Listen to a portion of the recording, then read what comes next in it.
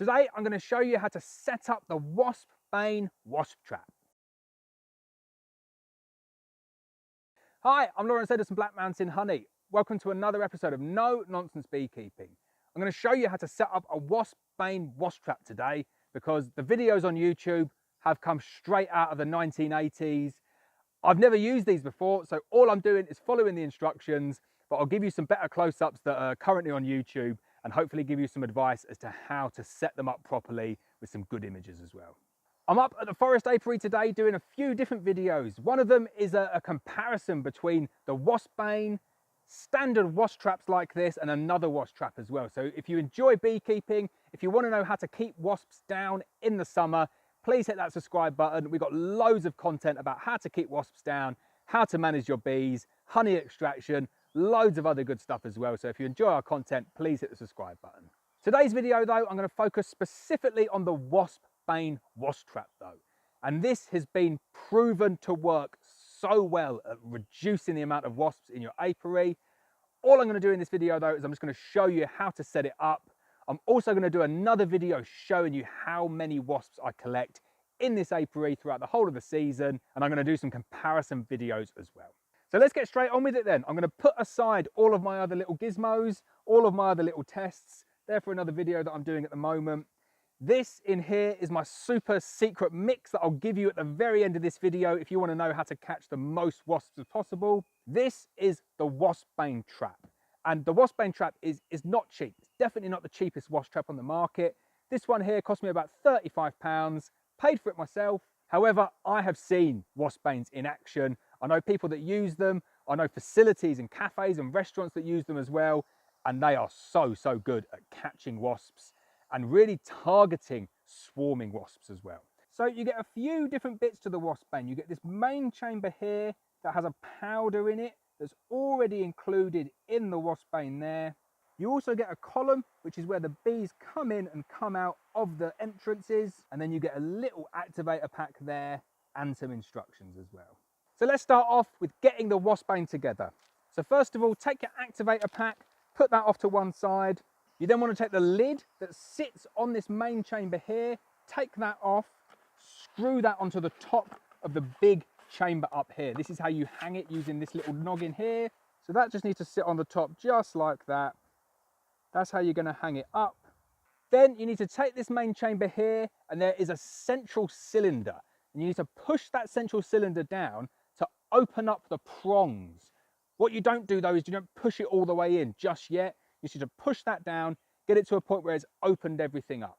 So this is what it should look like. You've got access down into the Waspbane there, into where all that powder is. But it's just sitting just nearly flush. You don't want to push it in just yet. So that's what it should look like at the moment.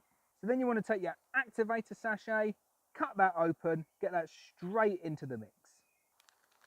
So open up your activator, that goes straight into the mix like that. Give it a really good shake. And then straight away you want to go in with your magic mix. And I'll show you what's in this magic mix at the end of the video.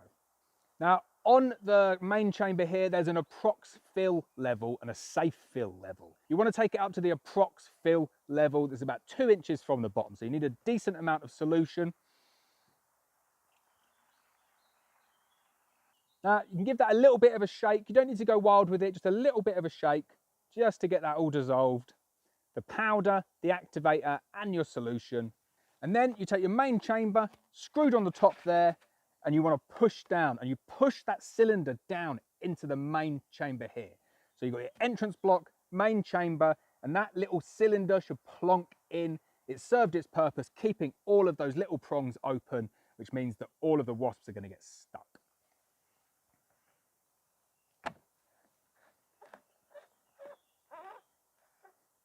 Then you just tighten everything up, and that is it. We're completely set up.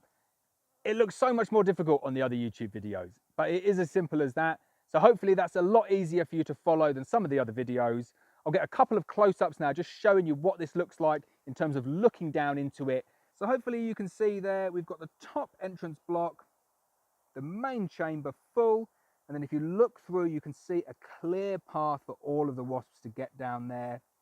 And then if you look down in here, you can see floating in all of that good solution, we've got that cylinder, and that's where it ends up. Little bit confusing, but hopefully that clears things up nicely. So there we go, we're all set up. You can either go and hang this somewhere in a tree, or you can just leave it somewhere around the apiary. Good to kind of keep it off the ground. You want it at a reasonable height. I'm going to go and put it on one of my stacked empty hives over there, and we'll see how many wasps we catch throughout the whole season. So make sure you stay tuned. I'll do a follow-up video later on in the year showing you how effective this Waspbane trap is at collecting wasps, trapping them in your apiaries. Right, so what was in my secret mix that I used to bait up all of these different hornet and wasp traps? I used a mixture of my own honey, really careful to make sure that it's your own honey. You can spread disease if you don't. Used 100 grams of wildflower honey from my own bees. I used a mixture 50-50 of Guinness and cheap lager, cheaper the better, and then I topped it up with water as well. So in terms of the ratios, I used 100 grams of honey. I filled it up halfway in a litre bottle with Guinness and lager, and then I topped it up again with warm water to bring me up to a full litre bottle. That mix I find works really well. As soon as you get into late season, midsummer, it's irresistible to wasps. So we'll see how well the Waspbane does. I will do a follow-up video showing you just how effective this is. I'm also doing a follow-up video doing a comparison between these three. So if you're interested in finding out how it goes, hit the subscribe button now and you'll see both of these videos pop up. But I hope you find that one useful. As always, please hit the subscribe button. Please hit the bell so you're notified of every video, and I'll see you next time.